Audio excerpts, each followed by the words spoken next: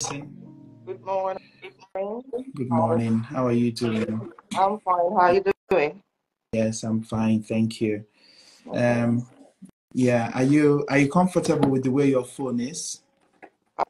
It's fine. But if you Okay. want to go the other way, I could do that as well. Sorry? It's fine, but if you want to change the angle, I can do that No, as well. no. It's just for you. When if you are comfortable with the way it is. It's okay. Yeah, all right. So welcome.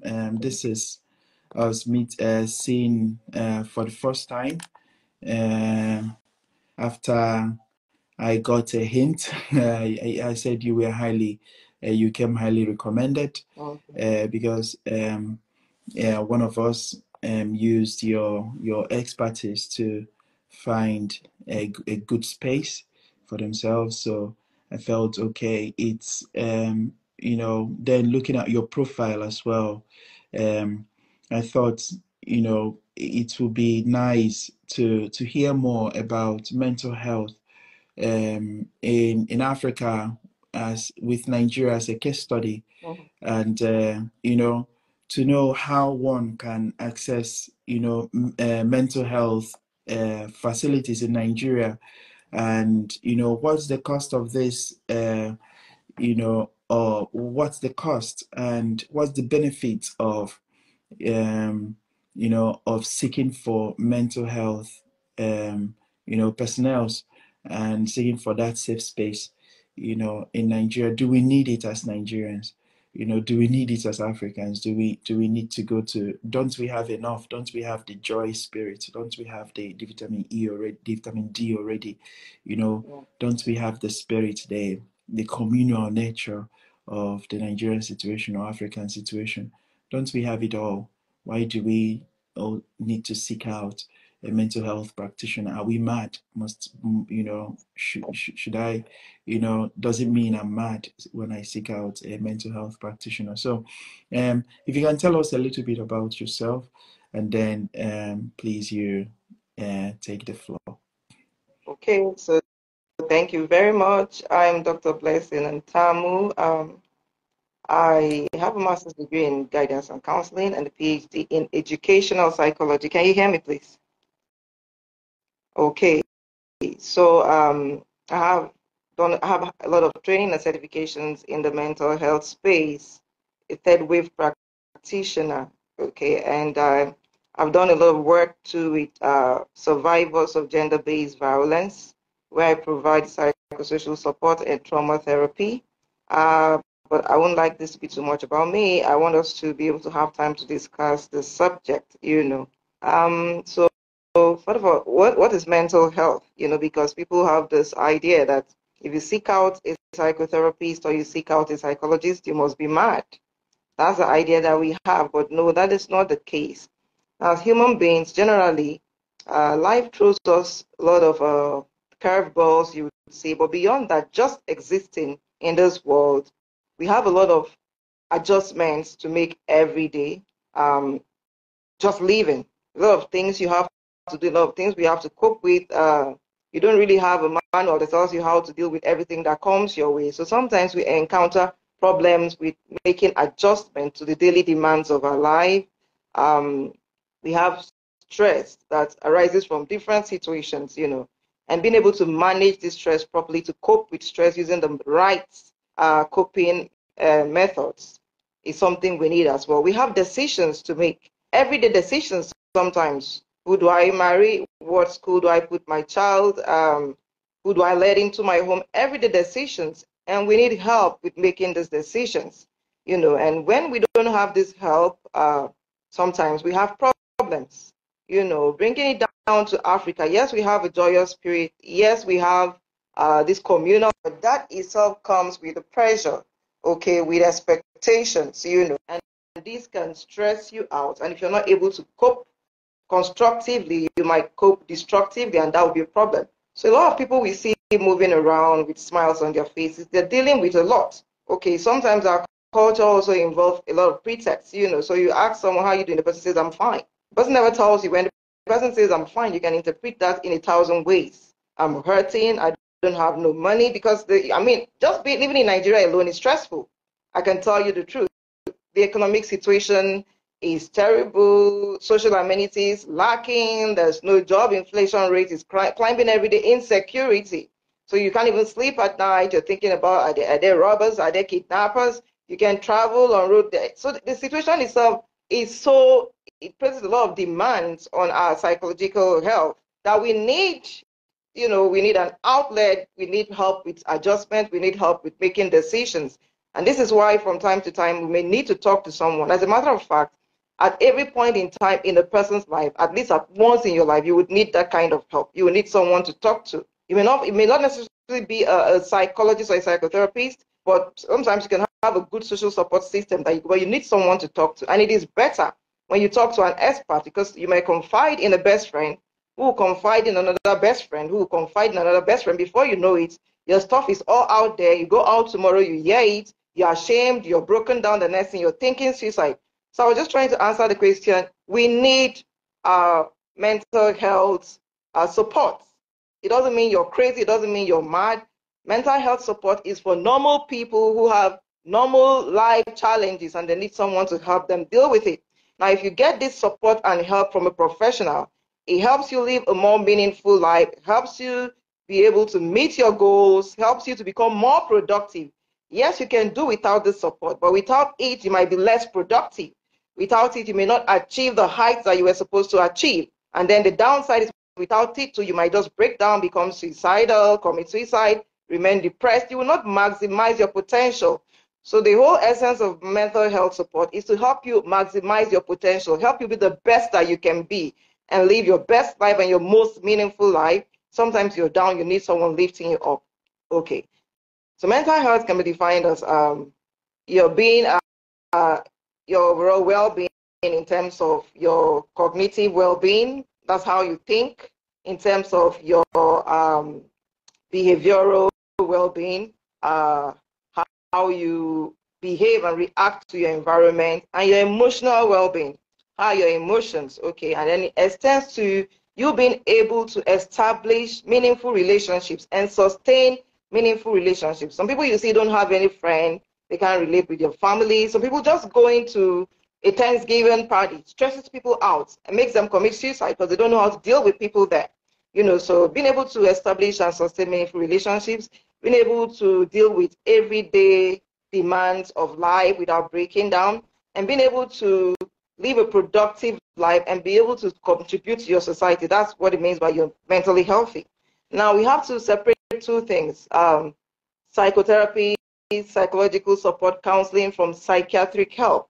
We mix up the two sometimes, but there are some challenges that you have that substantially alter your brain chemistry such that you might need help regaining balance in terms of your neurochemistry.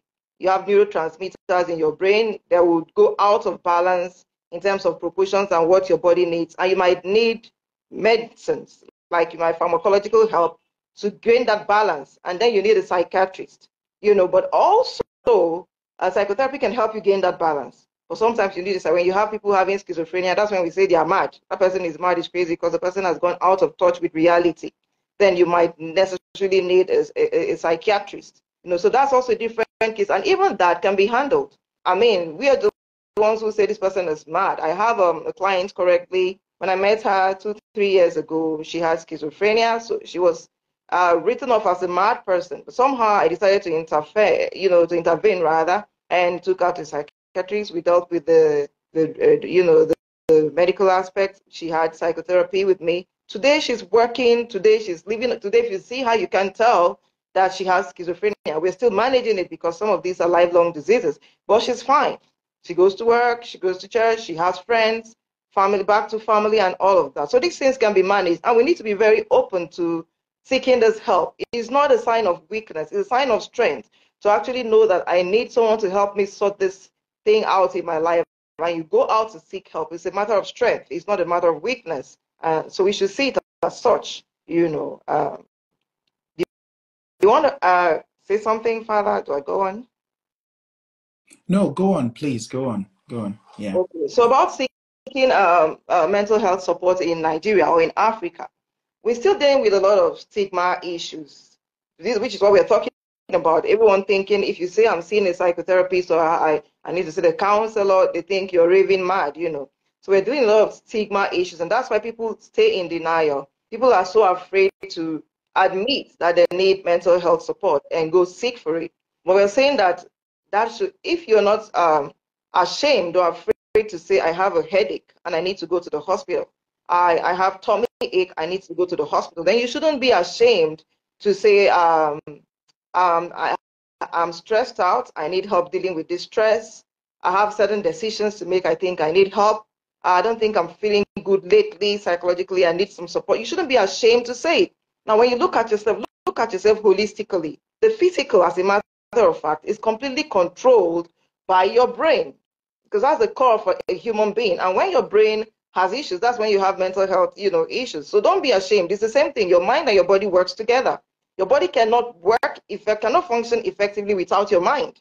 So if you're not ashamed to seek help for your physical health, don't be ashamed to seek help for your mental health.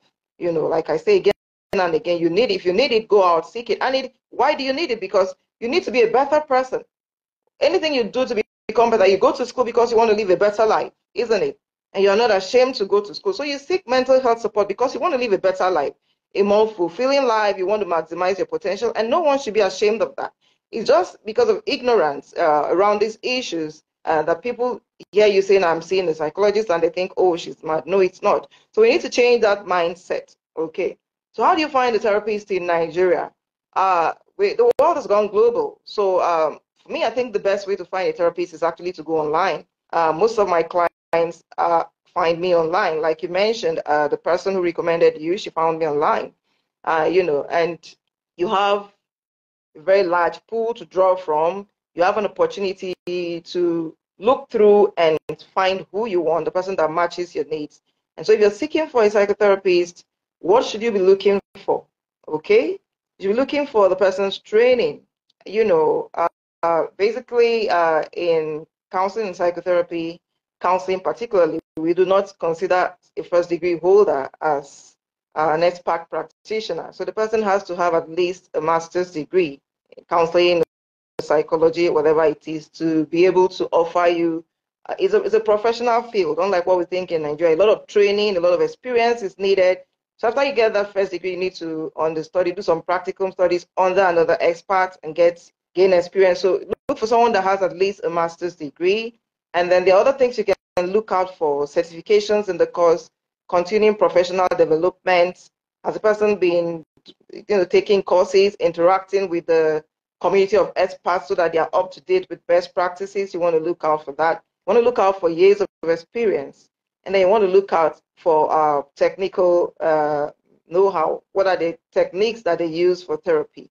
The reason why I'm trying to outline these things is that in as much as we have very good therapists in Nigeria and in Africa, we also have a lot of laymen who claim to be counselors, and what they're doing is offering advice, so based on their experiences, based on, talk, and they just come and give you advice, and it can be risky. For instance, if you're trying to give advice to someone who has suffered trauma, who probably has post-traumatic stress disorder, in the course of interacting with that person, you could awaken that trauma, you could open up wounds you may not be able to deal with. And if you're unable to deal with it, you can actually make that person, you can worsen the situation. Anything could happen.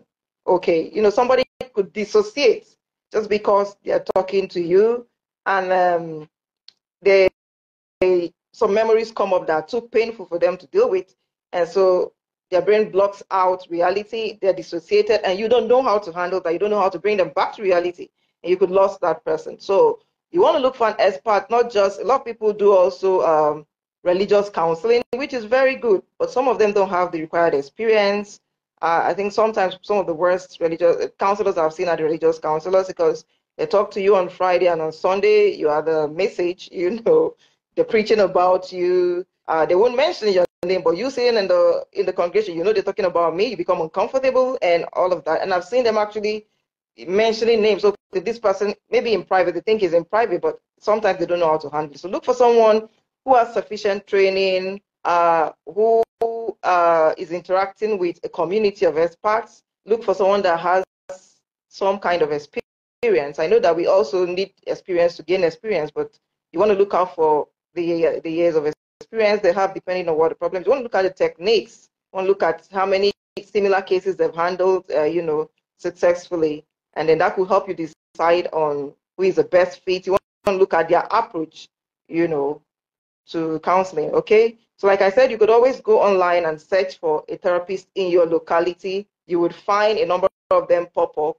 You take a look at their profiles, you find someone that you think is the best fit, and then you send a mail, send a message across, and you get hooked up. Teletherapy is working really well. A lot of people think that you have to sit before a counselor face to face or a therapist face to face to gain help, but teletherapy is doing amazing. Since COVID-19 came and taught us that we could do a lot of things online, a lot of people became more involved in teletherapy. I've been very involved in it, and it's been really, really successful. So don't be afraid that the person is not sitting before you face to face. On camera, the person can read your nonverbal expressions, the person can see you, and so the person can provide the support that you need. Also, they have experts in the hospitals. Most general hospitals have a counselor you can talk to just in case you need that. And then the psychiatrist hospitals, at least I know in major cities, we have at least one federal psychiatrist hospital. They have psychotherapists, the psychiatrists, counselors that you can talk to just in case you need one in a physical location. And then community-based organizations, NGOs, usually have counselors. Depending on the area of the NGOs, they can help you, and you can reach out to some of these societies online. If you're in Calabar, we have Gender and Development Action Gather. They have counselors that can help you, in all of the ministries of women affairs in Nigeria. In all of the ministries of women affairs, we have the coordination of community-based organizations that you can reach out to. So if you go to the Ministry of Women Affairs, wherever you are, they have a gender-based violence center, and they're equipped with trained psychologists, psychotherapists, people that can provide psychosocial support, psychological first aid. So that could be a starting point. If they cannot help you, depending on your peculiar case situation, they could refer you to someone that can help. Look for Ministry of Women Affairs around you in your local government area in the state, and go there and seek for help, and you will find help. They'll be able to give you direction as to where to go to get mental health support. For the cost, it will depend on the number of things. I think where you get the best prices will be in the general hospitals, in the federal psychiatric facilities. I think they might have the best prices. Online, the price is also a factor. When you find therapists online, you can search for the one that you can afford. But generally, I think the prices for therapy in Nigeria is very, very moderate at the moment, affordable. You can find, you can have consultations for about 5,000 naira, depending on the person, depending on the experience, on the qualification, on the exposure, and a lot of things. But you can easily find someone that will meet your need for little or nothing. I charge about $50 an hour because I mostly deal with the international community when it comes to psychotherapy. But I'm aware that colleagues in the global north charge a minimum of about $100, between $150 to $250 for a session. So it's relatively cheap in Nigeria. And also you can have a lot of access to free help online. So if you just put in free psychotherapy or free counseling, you might find someone who is ready to offer their services for free. Maybe because they have a grant somewhere that's funding, the services or something. So all you need to do is just check for free, psychosocial or mental health support online. You will find one. But I'll also put a caution out there because I know someone who runs that kind of outfit. We're trying to do some stuff together, and she told me, "Oh, you don't need to pay so much for therapy," and she has a collection of people who are willing to listen and support, but I don't know, I'm not sure that they have the expertise to do so. So when you find it for free, sometimes you're not sure of what you're getting. But if that's all that you can get, sometimes just listening, just having someone listen to you is enough. Just finding a safe space, to speak to someone is enough. So if you cannot afford it, you can do the free thing, but you must be careful too to ensure that you're speaking to people who have what it takes to help you, to provide the support that you need. Okay. What haven't we touched so far? Free can be tricky. Yeah. Coach Jola Grace says free can be tricky. And people don't, indeed, it can be tricky. People don't understand why we have to charge for the services. You know, I have a PhD. I had to pay school fees all the way to having a PhD. I have to take certificate courses 3-4 yearly. I like to take from universities around the world so that I can be abreast of what's going on around the world. I have to pay training fees in hard currency, you know, so that I'm up to date, so I'm able to serve you. And so if I'm doing this and I have a family to feed, so if I'm doing this and I'm offering my services free, how do I survive? So it's necessary that you get proper training and expertise. It's necessary that you get paid for your services. Very important. Yeah. Yeah. Wow. That's a whole lot to take in. Thank you so much. Yeah, yeah, I heard what you said. You spoke about, you know, the need for counseling and the benefits, you know, coping with stress, making decisions, you know, coping with pressure and expectations, societal pressure and expectations as well. You know, I love what you said. You know, when someone says "I'm fine" in Nigeria, when you ask someone "How are you?" and they say "I'm fine," you can translate that to mean many things. And it's "I'm fine" has become sort of a culture, you know, where people sort of dwell in. You know, it's just because they want to defend that part of them that they don't want to like express because they don't trust who is on the other side of the fence hearing them. And you know, "I'm fine" becomes aware of just don't disturb me. You know, I have a lot going on in my head, so I just don't want you to disturb me. So "I'm fine." It becomes sort of a defensive mechanism to say "I'm fine," to the extent that you go to the hospital and ask someone who's lying there sick in pain and you say "How are you?" In fact, "How are you?" is kind of the most useless question, you know, you can ask Exactly. someone in the hospital. So Exactly. say "How are you?" Exactly. You know, I have a their friend immediate who response. says, I have a friend who says fine means feelings individuals never express. So I'm I fine know, is just right? I don't want to Yeah, express feelings my feelings. individuals. But yeah, so you can turn that around by asking the person, how do you feel today? What's on your mind today? What's top on your list, you know, of topics to discuss today? You know, just that so you can get creative with when you want to know how someone is feeling, how someone is doing. Try to avoid the "how are you" thing. You know, the number Yeah, of ways you can get into their feelings. into their feelings. And but And the then question maybe is, who is asking? Yeah, sorry, go on.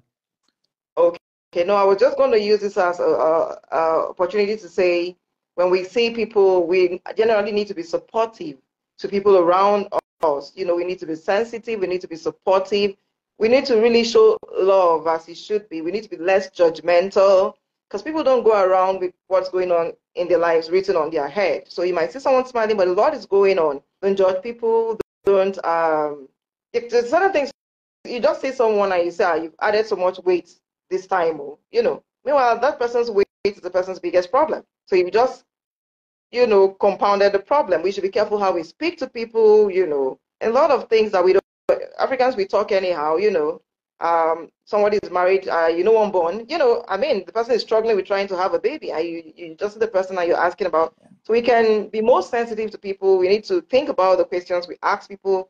We need to be kind to everyone we come across because people are dealing with a lot that they may not tell you. A lot of people are covering up a lot of things until you hear they've committed suicide and you're Yeah, like, wow, I thought this was the happiest person existing and all of that. So we just need to be more loving, more kind, more tolerant, more sensitive, and all of that is needed. yeah. One of the shock I had visiting Africa this last January was you know, I was going out with a few people and we came into a place where these young men, they had seen this person before, and you know, and they knew like maybe she was a bit slimmer, and then suddenly almost everybody, you look at, you are, and I was like trying to, I don't know how to like I felt like I should just go and slap each and every one of them in their mouth and say, shut up, shut up, shut up, shut up, shut up. You know, I was so disappointed, like the freedom, you know, with which people immediately jumped in without even caring what the person was passing through, and start saying, oh, you have grown big, look at you, it's not you again, I was, shut up, you know, you must not. The Yeah. fact that you know they are the ones, you know, like someone, oh, I can't recognize you again, and I was like, that's one of the height of trauma that people face. Without them, they may not even express it there. They may laugh, you may say it and you see them laughing because they are defending that emotion that tells them, that wanted to tell them, hey, don't do that, stop saying that, I know already, so don't tell me. But because they don't know how to tell you, don't tell me, sorry, you don't feel like they are now salty, you say, you know, they just laugh. And now they leave that place, they go back home, they cry, They cry. they look themselves in the mirror and they feel down. Yeah. You know, Some want to kill yeah, themselves, you know. they don't want to go meet other people again because they know they are afraid if they meet people, these people will tell them the same thing, Same thing. and they don't want to keep hearing them. And You know, family too. family. You know, a lot of pressure going on. A young lady, you know, is not married and everybody's on her neck. You need to get married. Don't you? Someone just mentioned that, don't you want to get married?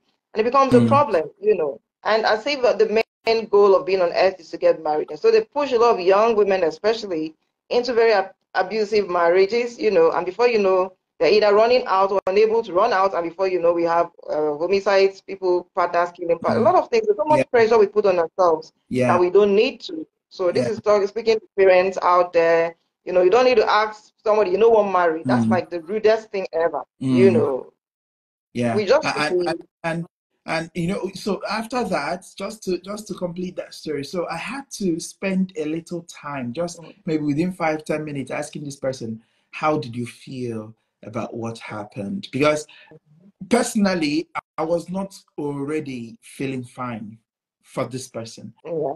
So I needed to check in on this person. So how do you feel about what happened? Oh no, Father, I'm fine. I've been hearing this. So immediately just it knocked me off again. You understand? And I said, oh, so how does it go for you? Oh, in fact, you know, this person already is saying it to herself. Yeah. You Like I'm understand? Oh, condemned this is the way already. I am now. I'm condemned already, right? Exactly. So it feels like there is no more beauty in them except they go back to the way they were. And women go through that a whole lot because of, you know, postpartum, you know, weight and all that, you know, postnatal weight and all that. So women go through that a lot. And, you know, we want them to laugh over it. We want to joke about them and all that, but they internally, they suffer, they struggle, you know, they go through hell. They don't want people to see them. And not everybody has the mental strength to come out of it quickly. Absolutely. Now you mentioned postpartum. You know, that's something that people are not aware about. That we have what we call peripartum depression. So during the period of pregnancy to when you just put to bed, a lot of women are depressed at different degrees. And you know, our culture here increases the pressure on them. You know, and then some of them self-harm, some of them get Mm, suicidal during the mm, period of postpartum depression, you know.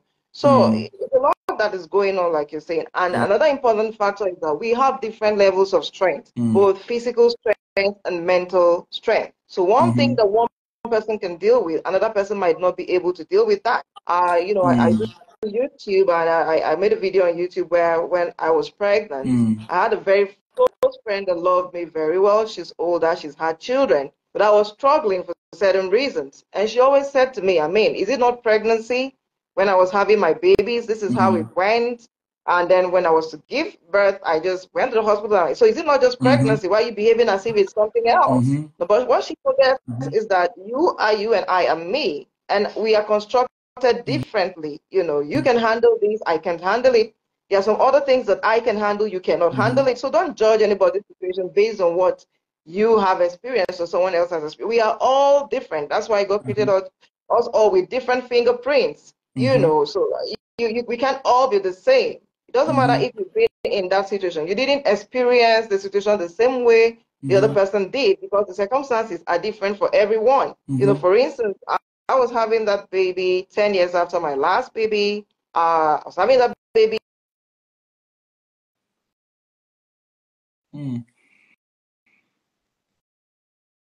The levels.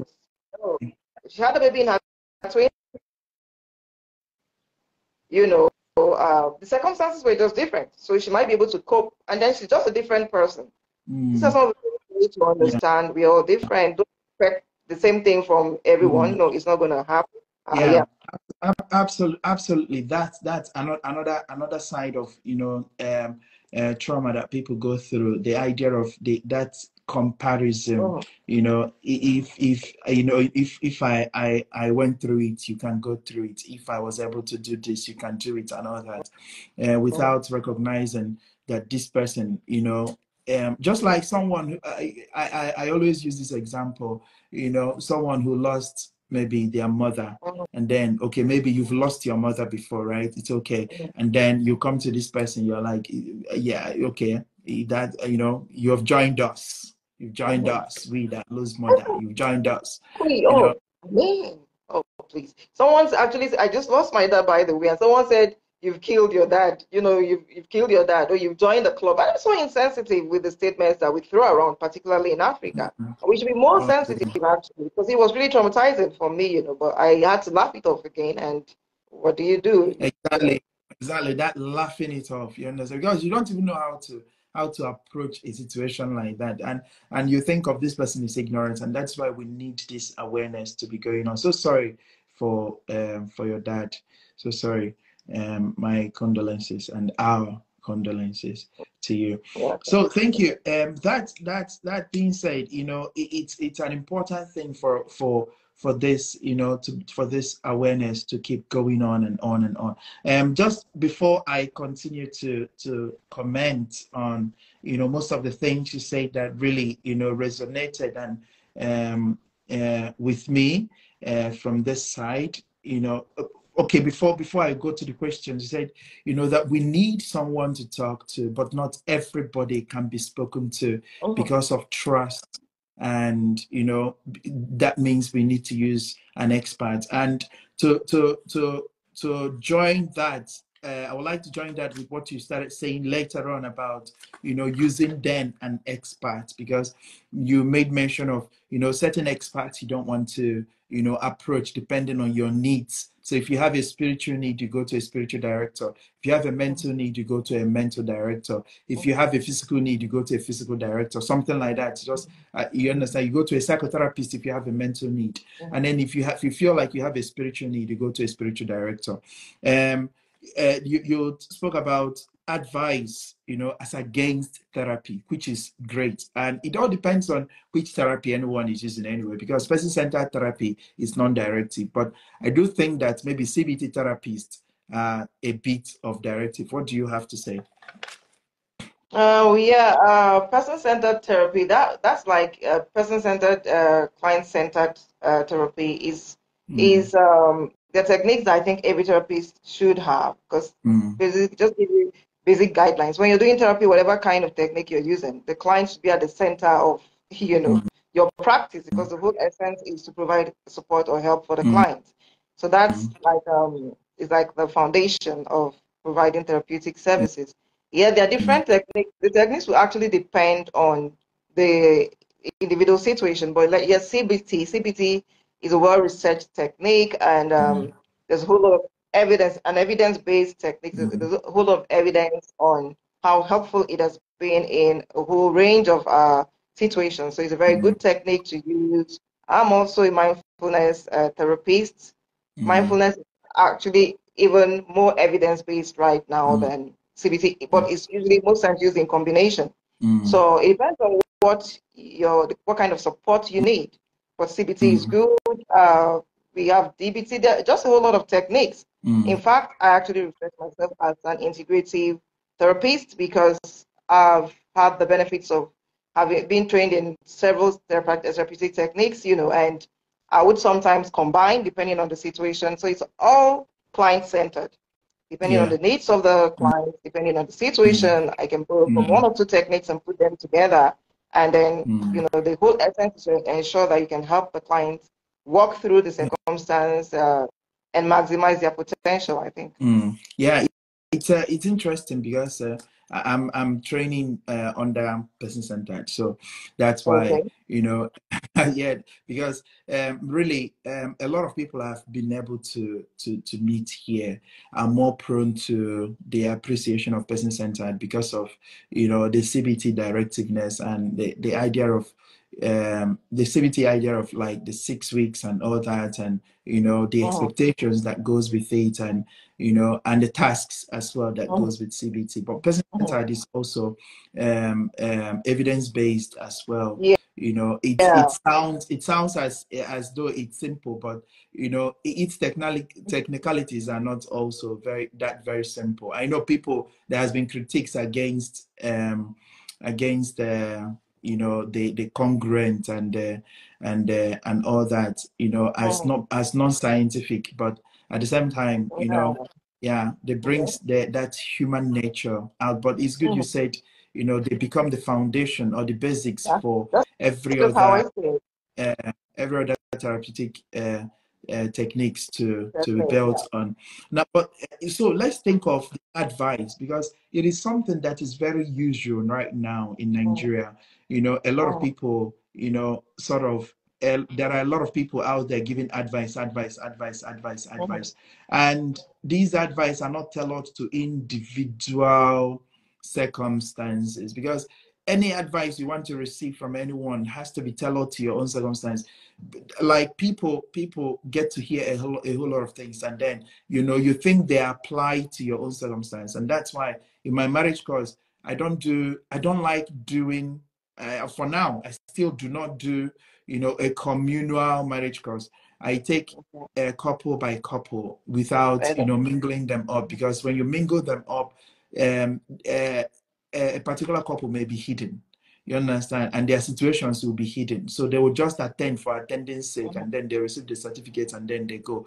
But when you focus on them personally, you can bring out a whole lot from them, and you create an environment for them to sort of explore their potentials as a couple. So can you reiterate more on that idea of advice and therapy? Okay. Now, so what advice? I'm going to separate advice from counseling and then from psychotherapy. So, what advice does is the person tells you what they think you should do. Now, they're not even able to be empathic enough to step into your shoes to understand your situation. They just tell you what they think you should do within the circumstances, within the limits of their understanding, and their understanding is quite limited. Now, with Mm, counseling, what we do is we provide information that enables you to make an informed decision. So a trained counselor would not make a decision for you. They provide mm, information for you. They give you the layout, the options before you. You could do this. If you mm, do this, this is where you will land. You could do this. If you do this, this is where you will land. And the choice is yours because you are going to be mhm, responsible for whatever actions you take. Okay. And then they're doing this within, they're sitting on certain principles, the knowledge of certain psychological principles. They know how a person's mind work. They have some background that support whatever they're going to be telling you, whatever information they're going to be providing. That's not the case when people give you advice. Your mother will mhm, tell you, I did this. Even mother's advice is even something you can count on a lot of times. A lot of elders there will tell you what they think you should do based on they don't have anything guiding this advice given. Now, psychotherapy goes beyond just providing information. Here we now employ certain techniques to, it's like working hand in hand. So they're still not going to compel you in most instances to do anything, but most types will explore your mind, will um, increase your awareness, mm, and more or less guide you through a path. But mhm, yeah, like you said, we have I think it's more it's a third level of counseling. It goes beyond counseling. Mm. With more knowledge, more practices, more technical. Mm. Sometimes you have a sign. Whatever a therapist is doing, there's also a Mm. psychological background to it. There's a reason why they're doing that. Is it sometimes I can play the devil's advocate? All I'm doing is just trying to help you see what you're doing that is Mm. right or wrong. Yeah. And when you can see things clearly, Yeah. when you're more aware, Mm. you're able to make decisions better. And then, so that's it. But the one that's a no-no Mm. for us is advice given, because it's Yeah. laymen that usually give advice. And those are the ones that can be more, I don't want to use the word compelling. They can be, they can just almost force you to take the advice. You have to do this, Mm. you have to do that, you have to do that. And like you Mhm. said, they don't even try to understand the person's situation, where you're coming from. They're just talking. And so Yeah. anyone who wants to be a counselor at any level should get Mm. some training. Mhm. It's very Yeah, it's important, that particularly the ones training. in church. They just gather some Mm. people and call them counselors, whether they have any training or not. Mm. They're doing a lot of damage, actually. Yeah, I have Yeah, been right. Yeah. to someone who was trying to counsel me, and the person was talking to me, and he said, "Do you remember this social person that was secretary of the church? The wife came to me. I mean, that is not counseling. Where's the No. confidentiality?" And I was Yeah. just like, "Oh wow!" So whatever I say to you now, the next person who's sitting on this seat, because it Yeah. was, that person's going to know that I came here and I said this. They don't know the Yeah. basic principles of Right. counseling or Mm. psychotherapy, that's Yeah. why I said client-centered therapy is just a foundation. Mm. Knowing about the basic Mm. things, the basic Mm. conditions that are necessary for you to be able to counsel Mm. someone. So they don't know Yeah. anything about those things, and then it's important that Mm. people get, like, that's why I like the Catholic Church. This is not me Mm. trying to do what, because you Mm. are well schooled, well trained, and Mm. look at you trying to get trained Mm. to provide those services. That's what should be done across board in every church. If you know you're going to be a counselor, go get the training. Very Mhm. important. It's very important for that training. Very, very important. And it's also important for us, as for every individual here to be careful. We will get there anyway. We'll get there. But when you were talking about the basic principles of therapy and counseling, because someone asked the question that she believes that the reason why people are not seeking for these mental health services is because of the stigma, and talking about the GDPR, a GDPR situation in Nigeria, where people collect data and use them anyhow, just like you mentioned. Mm, Someone comes in and immediately you are calling the person's name. You just imagine now that I'm talking and I begin to call the person that met you. You understand, the person mm, that met you, or the person that mm. introduced me to you. That'll be That kind of terrible. thing. In That'll be order to terrible. score some Mm, points. mm, Because they want to make you to feel like, yes, they are the ones that helped this person, mm. that helped this person, in order to score points. And before you know it, they're already telling you that you have to be careful because your name will be mentioned tomorrow That's it. amongst those who were And so helped. that means you're not going to disclose. And once you do that, it means I'm not going to disclose anything to you. I'm just sitting Exactly. down there Yeah. and, nodding my head and just saying things at the surface and all of Mhm. that. And Yes, when really. I'm not fine, I can now tell you I'm fine in order to Mhm. escape all the most difficult feelings within me. So, can you tell us the basic principles of counseling and therapy in order to encourage people to seek therapy? Okay, the basic principles are, wonder where you are, what you really want. But I think if you're talking about the conditions that are necessary for you to be able to counsel Condition. someone, one of the important Yes. one is confidentiality. That is just so important. Whatever someone tells you within a therapeutic condition situation, you shouldn't disclose to anyone, not your best friend, not, except though there are some exceptions when there's a potentiality of harm, either to the person disclosing or to a third party, harm to life or property of another person, then you're not under, any, you shouldn't be confidential about that. You need to talk to the appropriate quarters. Otherwise, whatever the person tells you in confidentiality should be kept that way. Another one is What empathic happens in understanding. Vegas remains in Vegas. Yeah, what happens in Vegas remains in Vegas, absolutely. And yeah, but like I said, except there's a harm, there's a potentiality of harm to health or property of the person disclosing or a third party. And then empathy, which is just the ability to feel into a person's situation, get into the person's shoes, like we say, try to experience the situation with the person. That is important because when you do that, you're able to provide help that is tailored to that person's situation. So it's like you experiencing the thing with the person and then being able to provide help. And then unconditional positive regard. Okay. So no matter who comes to you, you you have a positive disposition towards that person. No matter what the person has done, you do not. I want to talk about judgmentality and condemnation at another level, Yeah. but you accept the person for who the person is. I mean, what we believe is that no matter where the person is at, the person is able to come out of that situation. The person is capable of change if you're able to do things right. So must have positive regard for everyone. Some people would treat certain kind of people differently because of their class, because of ethnicity, because of race, and all of that. No, whoever comes to you is a human being, and because they're humans, treat them as such. Basic whatever just basic respect for their humanity Yeah. first of all, Yeah. and Yeah. then you shouldn't judge, non-judgmentality, don't condemn, no matter what someone has done. I mean, you like we said, you cannot experience that situation the way the person did. So no matter what the person has done, do not judge the person. When once someone finds an environment where they are not being judged, where they are appreciated for their humanity, where they know that whatever they tell you is going to remain with you, and they experience that empathy, there's a great chance that they're going to change. Like they say, people don't care what you know until they know that you care.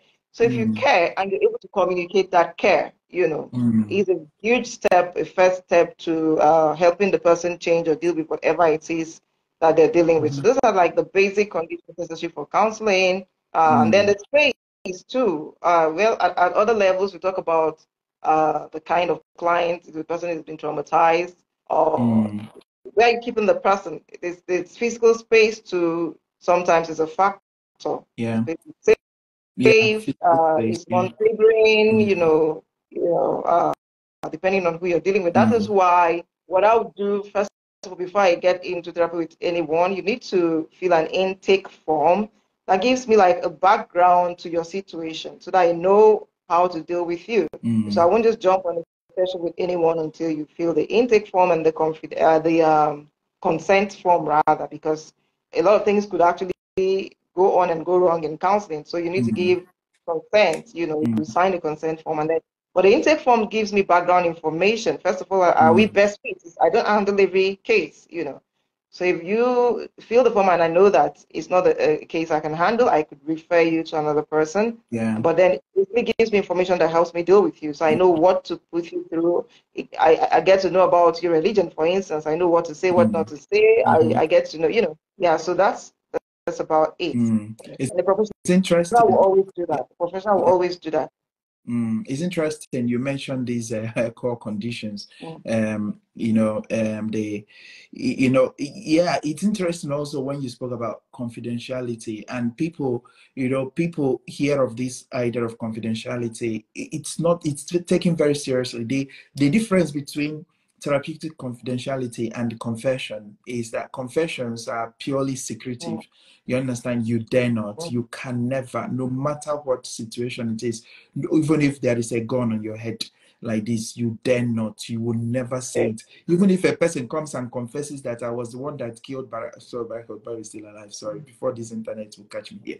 I'm the one that did this, that spoiled this. You dare not. You can only tell that person to take the next step to reveal themselves to the appropriate quarters, but it is not within your own authority to do so. However, if someone reveals a certain thing at confession, that ought not to be within your power to forgive that sin. For instance, the Catholic Church has also things that a priest cannot actually say, okay, I've been given the power to forgive this sin. So someone confesses it to you. You advise that person, no, it is not within me. You go this mile to go and do this. But it is not also you, the priest, that will now go to that person that the person needs to go confess to and say, this person will want to confess this sin to you. No. So there is that confessional seal within confession. Yeah, I think because I'm also a Christian, but I think Pentecostal, we call it restitution. Yeah. So at some levels, you need to do some Yeah. kind of restitution. So Restitution. go back and, Yeah. for instance, you took something that belongs to someone, it might require you going to return that thing, Yeah. as much as it's safe to do so, because it could be. As Exactly. Well, Yeah. Yeah. Exactly.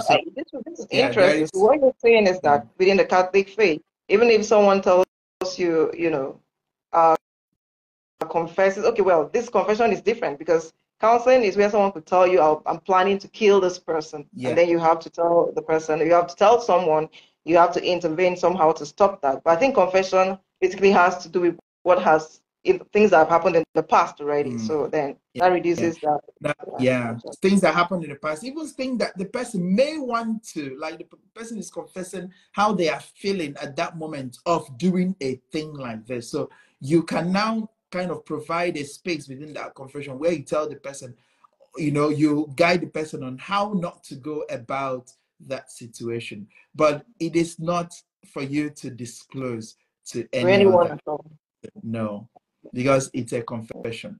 Now, counseling, confidentiality in counseling is where, when someone discloses, maybe they are going to do money laundering, they are planning, they are in a fix or in an emotional fix, you understand, on how to go about thing like this. So long as you have heard something that's a red flag, you follow the right step. And every organization, I will come to organizations as well, because in Britain, they have the BACP, the British Association of Counseling and Psychotherapy.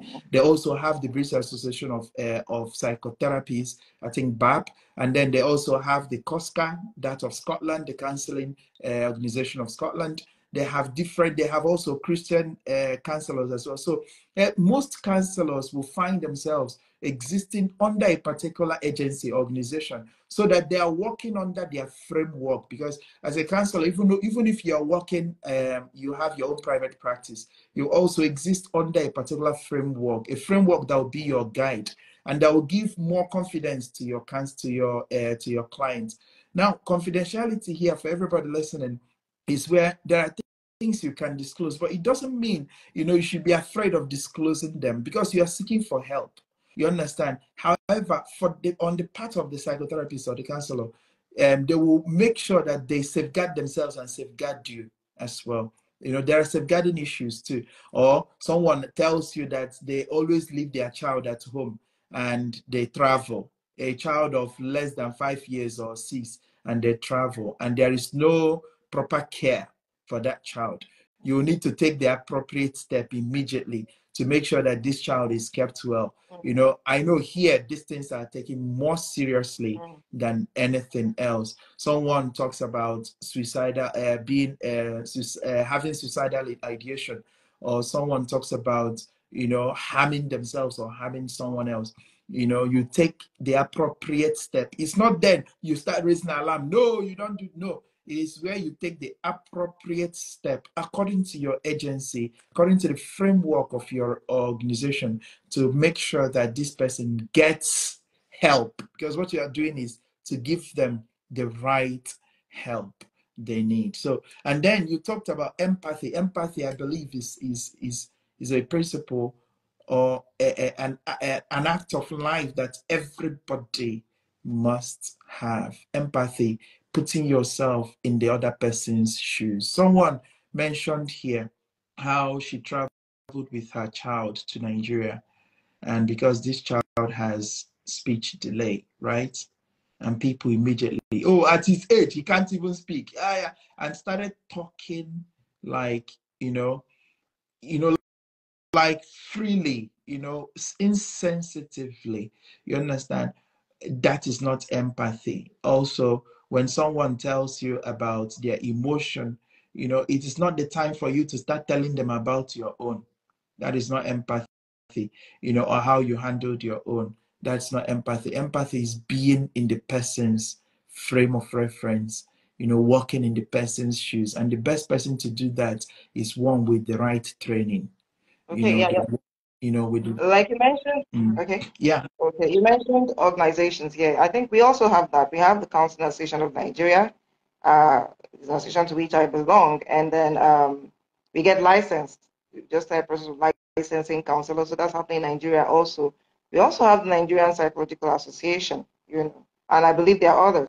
So there are associations like that that provide guidelines for practice and ensure that practitioners, are guided more or less, women within, and then they provide proper practice. So there's that as well. And so you might want to find out when you're seeking a psychotherapist which of these associations they belong to. It will either be the Counseling Association of Nigeria or the Nigerian Psychological Association. There are a number of others. I think these two are more into practice. We have other more academic associations like the Psychosocial Society of Nigeria, which I belong to, but that's academic for conferencing and publication of articles and all of that. But then you want to know, you want to find out, that could provide a guide as to the level of expertise of the individual, of the expert. Yeah.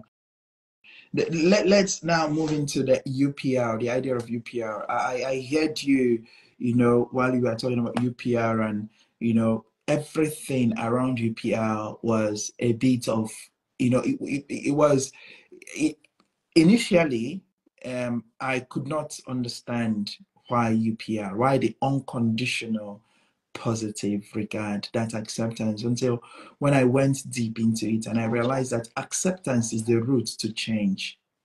Acceptance is the route to change. And I started talking about it here. People here, you would always hear me talk about acceptance. In marriages, you talk about acceptance. Acceptance is the route to change. Because if you have not accepted the person, they cannot change. And if a person notices that there is that sort of, space between both of you, there is not acceptance, you are really giving that person sort of a shoot. You understand? You're pushing them away. They cannot change. Change will become very difficult. I won't use they cannot, but change becomes very difficult to attain. So for change to happen, there needs to be that sense of acceptance. What you are accepting is not the person's problems. You're not accepting the person's traumas. You're not accepting and saying they're okay. No, but you're accepting the person as they present themselves. You're accepting the person as they are, created in the image and likeness of God. That's who you are accepting, and believing that if God, who created you, created this person, then there is room for this person to attain, their highest good, to get to their highest good. And that is something that, that is a place that I find very, very much interesting in counseling as well. And that's why people seek for counselors, because they have the technique for acceptance.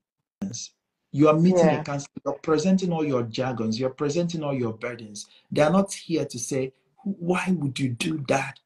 Like, of course, I would say people desert confession these days. I know I will have to say this is popular. People desert confessions these days because someone goes for confession and the priest says, "No, why?" And immediately the person, who You is did this? that. I'll see your face. I'm not coming to you again. I'll go to another person. You understand? Because that's already, it's A football, discouraging. like, Yeah, a tip off, exactly. So there needs a counselor is well trained to accept you and to help you to become, because the idea of becoming, unbecoming by, that's why this guy talk about becoming courageous, and also great philosophers talk about becoming. For us to become, we need the right environment, that's the to achieve. Yeah. conducive environment. And like you said, the counselor is not accepting your maladaptive behaviors as well. He's not accepting you, your mistakes, accepting you as a person, and then your potentiality for change. Because we believe that there's always room for change. You can change, you can become a better person. That's what they accept. And when we also communicate that acceptance, it forms like a bedrock for the person to be able to change. Oh, this is a different person. Maybe that person thinks I'm a failure, maybe that person thinks I'm no good, but this person sees that thinks there's some good in me. And so they're able to find a space where they can grow, where they can learn and grow and change. And it is very important, Yeah. actually. Yeah, it is. So now someone asked a question, then after that, I'll ask the next one. So someone asked, how do I help my friend who is suffering from postpartum depression and refusing to seek for help?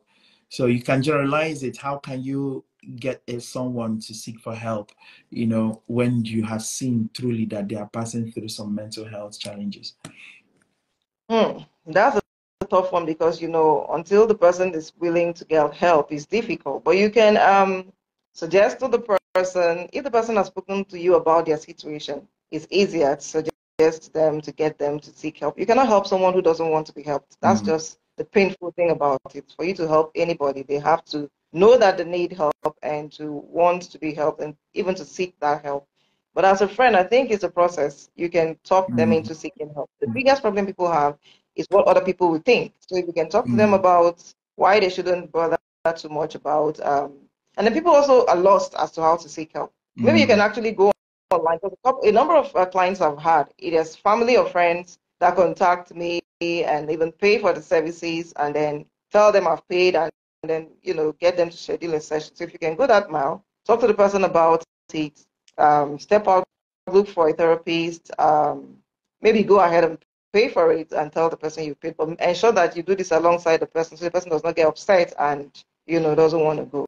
But find a way to convince the person that they need help, that it's okay to get help, and the benefits of getting help and all of that. But you also need to know that, even though every pregnant woman or every woman that goes through pregnancy and delivery suffer from degrees of depression during pregnancy and delivery, not everybody is clinically depressed.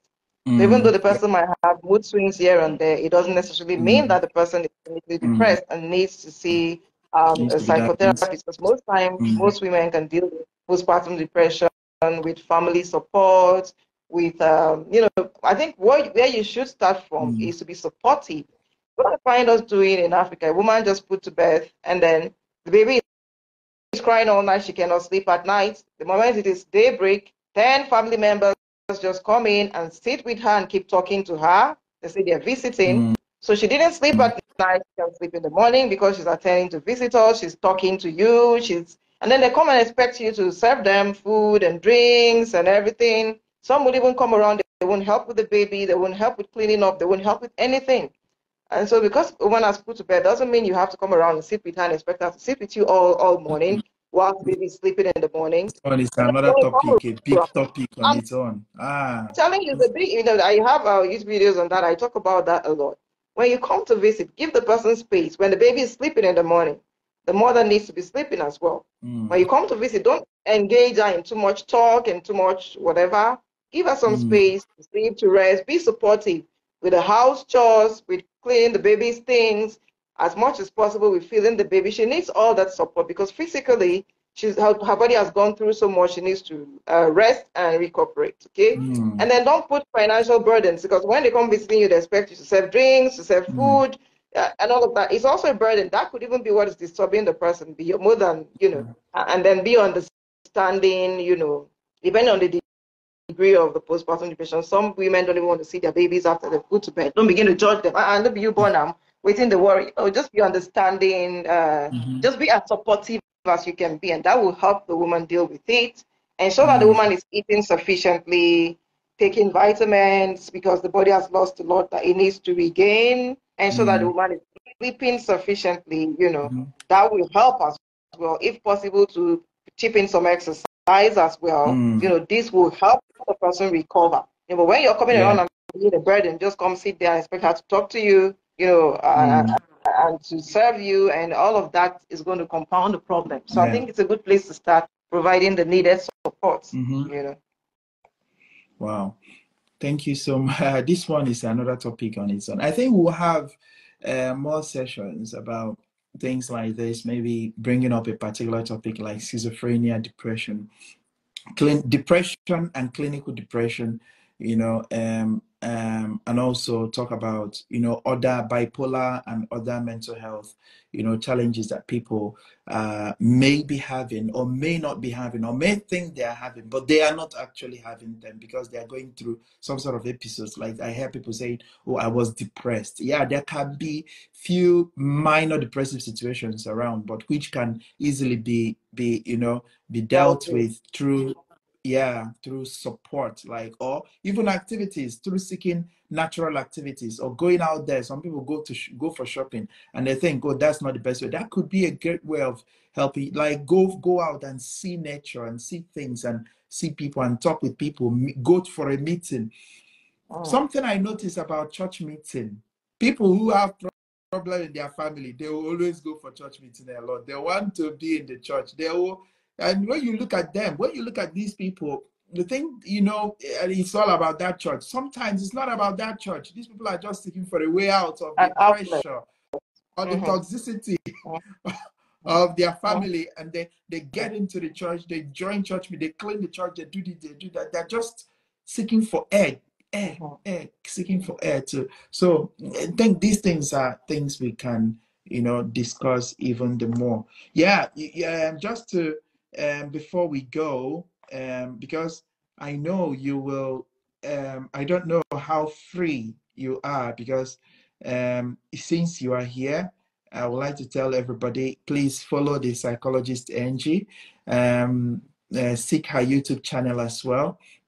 Follow her on YouTube, follow her handle, reach out to her if you're in need of mental health. If you're in need of mental health help, reach out to her. But anything at all, or if you need her to direct you or to show you another place, maybe you're needing a specific therapeutic technique, so you can reach out to her and she can signpost you to the right persons. And she said she works across borders as well, because here in the UK, you have to think of your insurance before you start to work across borders officially under BSCP. You have to think of your insurance. You have to check with BSCP and see their framework. You have to see what the law is where you are and what the law is where they are, before you start to work across borders. But it's interesting that you also do that. It doesn't mean you must not, you cannot, but you can. But you have to look into all these things, because so long as you're working under a particular insurance, your insurance must know that you're going to be taking off somebody outside of sort of maybe their coverage. You understand? So that they Yeah. can add this person in case there is a complaint. Because in counseling, especially in person center, the client is the leader, the client is the director. Okay, and most counselors as well, the client is the director. It is because it is the need of the client, and it is the way the client wish to go about it, but needing some sort of support. You understand? So, so you have your willpower to perform. In counseling, your willpower is not taken away; rather, Yeah, it's empowered. absolutely. Is Absolutely. em- Yeah, so I actually do have mm, indemnity insurance, and mhm. my organization are aware that I do this counseling across board. Yeah, but before I go, I put in my handle there at the psychologist NG on Instagram and YouTube at the psychologist NG. I put it there initially. Before I go, I would like to speak to the men. I don't know how many men we have here. Right now, we have a huge problem with men's mental health. So if you look at the suicide rates, we have statistics for the global north, you find out that there are more men who are suicidal than the women, Yeah. because society has told you cannot cry, you have to be a man, you have to shoulder so many responsibilities, whether you can or you cannot, and you have to be Mm, strong even when you don't feel strong. And all of this is impacting negatively on men's mental health. They feel like they have to do more than they feel capable of doing. It's breaking them down more. Men are suicide. I just wanted to take this time to say it's okay as a man to seek mental health support. The baseline is we're all human beings. We have issues, adjustment issues, everyday problems to deal with. We deal with it differently, and a man or a woman can need help. So if you need help, mm, whether you're a man or a woman, seek help. If you need to cry, it's okay to cry. It's just a way of letting out your emotions and relieving yourself psychologically. Do that. mm, Men, if you have need for mental health support, don't feel ashamed. Seek help. mm, It's okay as well. Your mental health is important.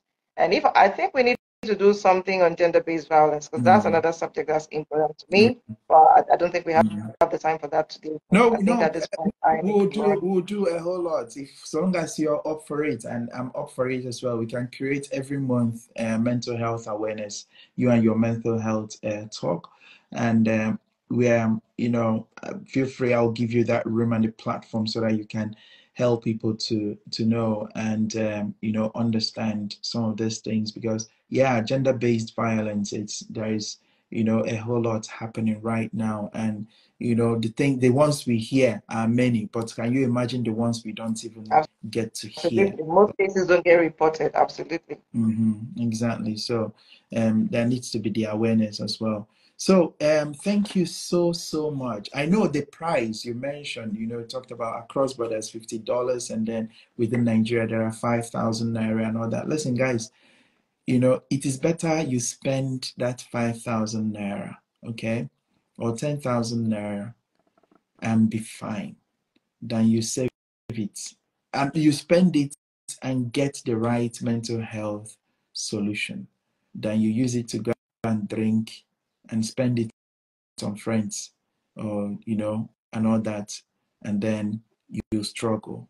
Talking about free, NGOs might provide free counselors, but you have to seek for the right NGOs that provide voluntary counselors. Like what I provide for now is voluntary. So I'm volunteering for GPs, I'm volunteering for schools, so I provide voluntary counseling. As a trained counselor, I'm not paid to provide counseling for my clients, but at the same time, even though I'm volunteering, it still does not stop me from following the guidelines and working according to the framework of my own organization, of my organization. Yeah, I'm part of the British Association for Counseling and Psychotherapy. So we get their magazines every month, and we are part of their CPDs and everything. We get some free CPDs, we get some discounted CPDs and all. So seek for these NGOs. If you want to reach out to Blessing, reach out to the psychologist Angie. And of course, she studied till doctorate. Okay, in the UK, you can once you are done with your diploma, you are qualified, because even before your qualification, you must have gathered up more than 100 hours of counseling before you qualify. Then you can take it up to your masters. You can do CPD courses. You can get your CBT qualification under 6 months. Actually, there are those who do under 6 months. You get your CBT qualification, add it to your initial certifications and the rest of them. So they are different. So, but she took her own till master's and then doctorate in educational psychology, and that's why she's confidently teaching, because she studied educational psychology. So there are different areas you would like to reach out to her for help. But remember, good soup na money make am. But I know she has empathy, so she has empathy, so she may consider you with some sort of discount. I actually volunteer at the Gender Based Violence Center at Make Sure Women Are First. We have a one-stop shop here in Calabar where I reside at the General Hospital. I volunteer there. So if you're lucky to find me there, I will do provide free services. Other than that, other than that, you have to good soup na money maker. So, but what I was saying is that she might be empathic or considerable enough to give you a bit of discount. You understand? Like maybe use my name and you might get a bit of discount. Oh, okay. I think we'll talk about that. I would go for that. But right now, Father James, I have to run. It's been an amazing time with you on this live session. I've totally enjoyed myself. The interaction. I'm sorry I've not been able to keep up with all of the comments from the audience, But if you have specific situations, you could reach out to me on my DM. It's been a fantastic time with you out here, and we're certainly going to do this again sometime in the future. Yeah, sure. Thank you so much, Blessing, and God bless you. Yeah, have an amazing time. Yeah. Bye. Bye for now. Okay. Yeah.